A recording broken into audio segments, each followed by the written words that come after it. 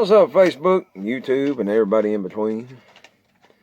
Now, a while ago, 2020 and beyond asked me what kind of oil I use on my high point and my other guns too, I guess. But this is it.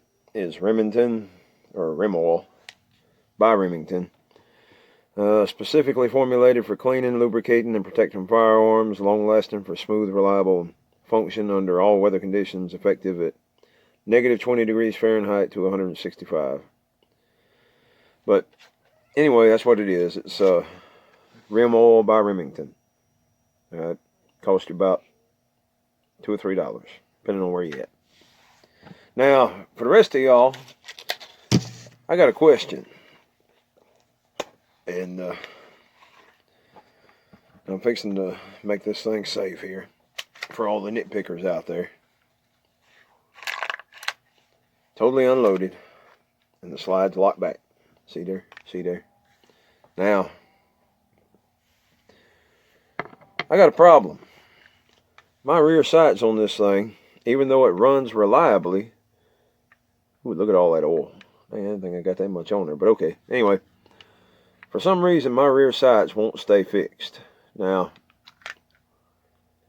it is an old gun. I bought it at a pawn shop, and about every other time I use it, I clean it on kind of that, what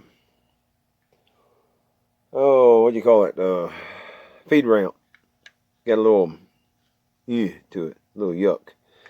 So I'll take a wire brush and stick it up in there, because you got to knock a pin out to get it apart. Otherwise, I'd just take it apart and do it that way. But I'll take a wire brush, a big one, like meant for cleaning a 12 gauge, and stick it in the mag well and clean the feed ramp that way.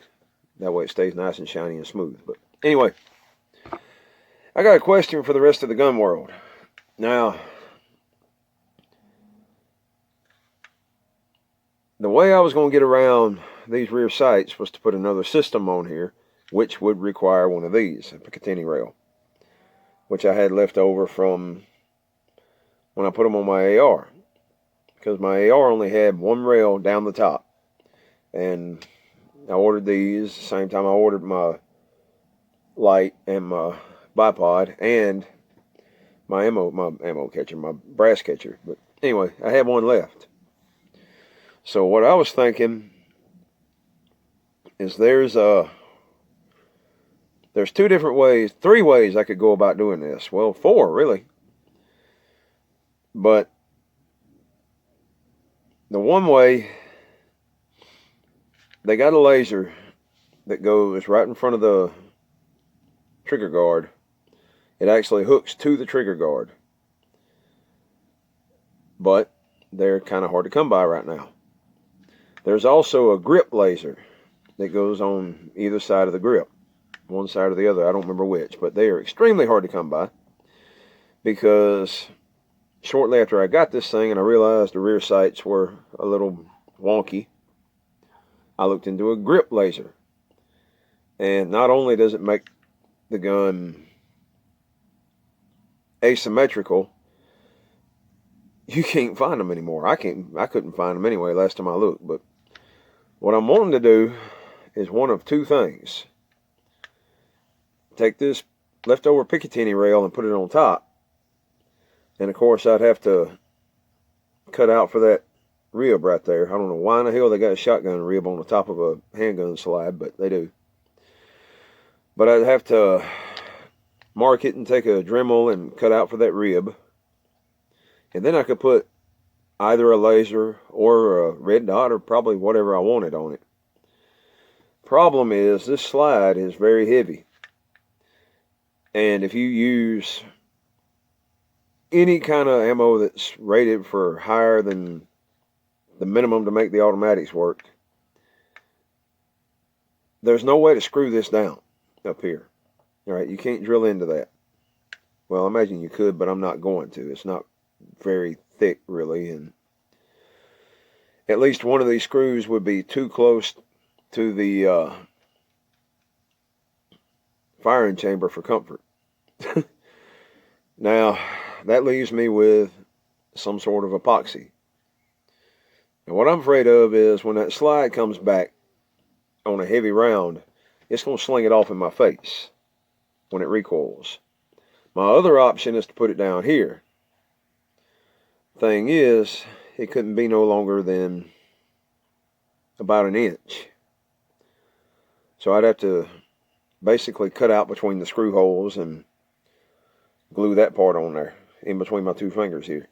And that would leave me extremely limited to what I could put on here. If I put it on the top, I can get rifle length sights and put on here. I could put a freaking scope on that if I wanted to. It wouldn't do a whole hell of a lot of good, but I could, you know. I could put it on the side and put a laser on it, for that matter, if I wanted to. But I don't, because that would be weird. That would make it asymmetrical again. But I have seen it done. All right, my cousin's got a 45 high point, no rails on the bottom. Well, he put rails on there, and it was glued on somehow or another, and had a laser on it. Thing is, either way, I'm going to have to make a new holster, because this holster is homemade, by the way. I swear by combat boots, and my dad does leather work. So when my old combat boots wore out, they were Vietnam jungle boots, and I gave them to him to cut up and use the scraps off of them to make something out of them, something cool. And he's like, okay, well, thank you, free leather, you know, good leather. And he throwed him in his little leather room for I don't know how many months. And after he found out I bought a pistol, the first thing I did was I took it over there and showed it to him. Next week, he comes over to my house with a homemade holster, snaps and all. But if I do any kind of modifications to the shape of this thing, because I'm a holster carrier, then I suppose I could glue it on the bottom of the trigger guard, but that'd make it further away from the barrel. But anyway, then I'd have to make a brand new holster anyway, because you can't find a high point specific holster anywhere. They're all for Glocks and SIGs and hide all that stuff. But y'all comment and let me know what you think I should do, because what I got ain't worth a damn. That's why this is the car gun. That's part of the problem right there. I leave it in the door in my car, but I'm gonna do something about that here pretty soon anyway. But like I said, I'm afraid if I put it on top, it's gonna sling it off, but that gives me more rail to work with. Now if I put it on the bottom, I only got like an inch to mount to at the very best. But like I said, y'all comment and let me know what y'all think I ought to do. I'll see y'all later. Y'all have fun and be safe.